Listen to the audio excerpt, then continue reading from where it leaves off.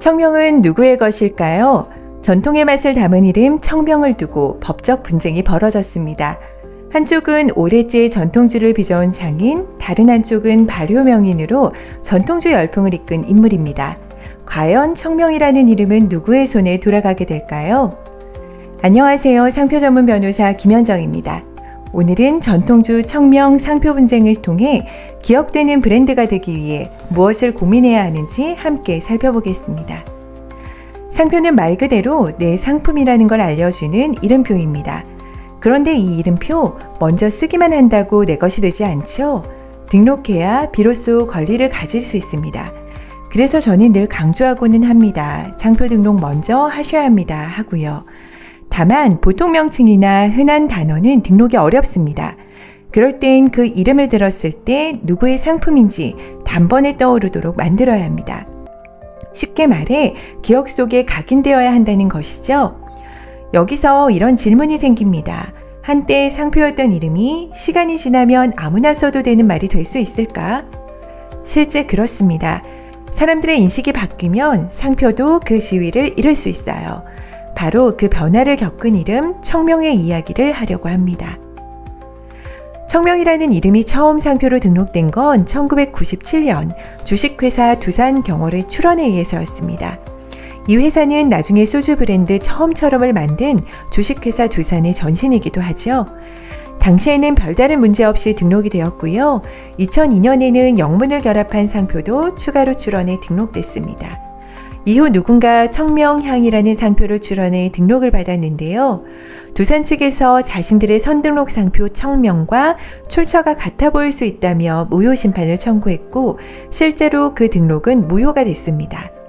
또 2009년에 출원된 청명수라는 상표 역시 두산의 상표와 출처가 혼동될 수 있다는 이유로 등록이 거절됐습니다. 즉 이때까지만 해도 청명이라는 이름이 소비자들에게는 두산의 소주 브랜드로 인식되고 있었고 출처 표시로서의 식별력도 충분하다고 여겨졌던 거죠. 하지만 이후 흐름은 달라집니다. 2022년 누군가 다시 청명향이라는 이름을 상표로 출원했는데요. 이번에는 두산의 상표와 유사하다는 이유가 아니라 청명향 자체가 식별력이 없다는 이유로 거절됐습니다.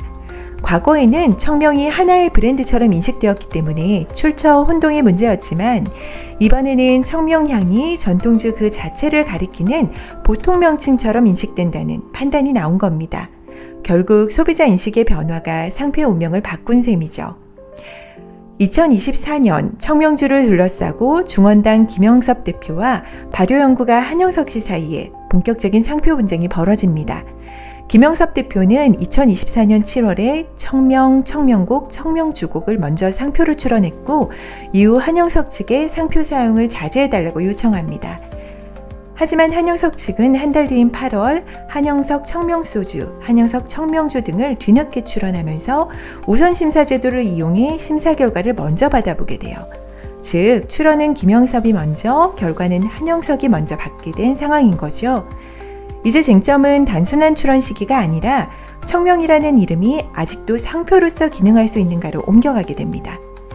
김영섭 대표는 청명은 오랜 시간 공들여 키운 나만의 브랜드다라고 주장하는 입장이죠.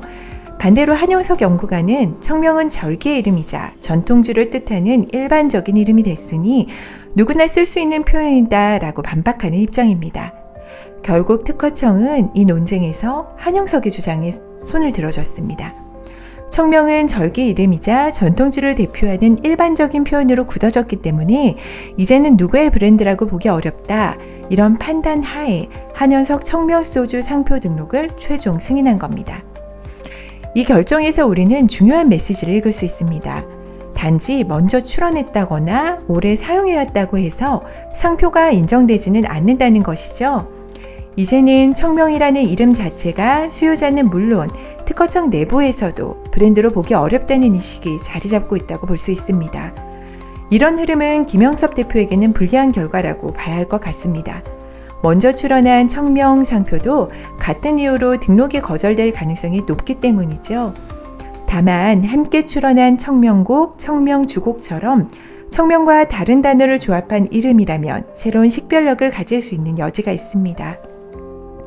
제가 이 영상을 준비하면서 뉴스를 비롯해 중원당 홈페이지와 인터뷰 영상, 기사들을 보면서 청명이라는 이름이 언제부터 어떻게 대중인식에 자리 잡았는지를 살펴봤는데요. 그 과정을 통해 보니 지금 이 상황에서 가장 필요한 건 상표 등록 전략의 재정비와 브랜딩 전략의 수립이 아닐까 싶습니다.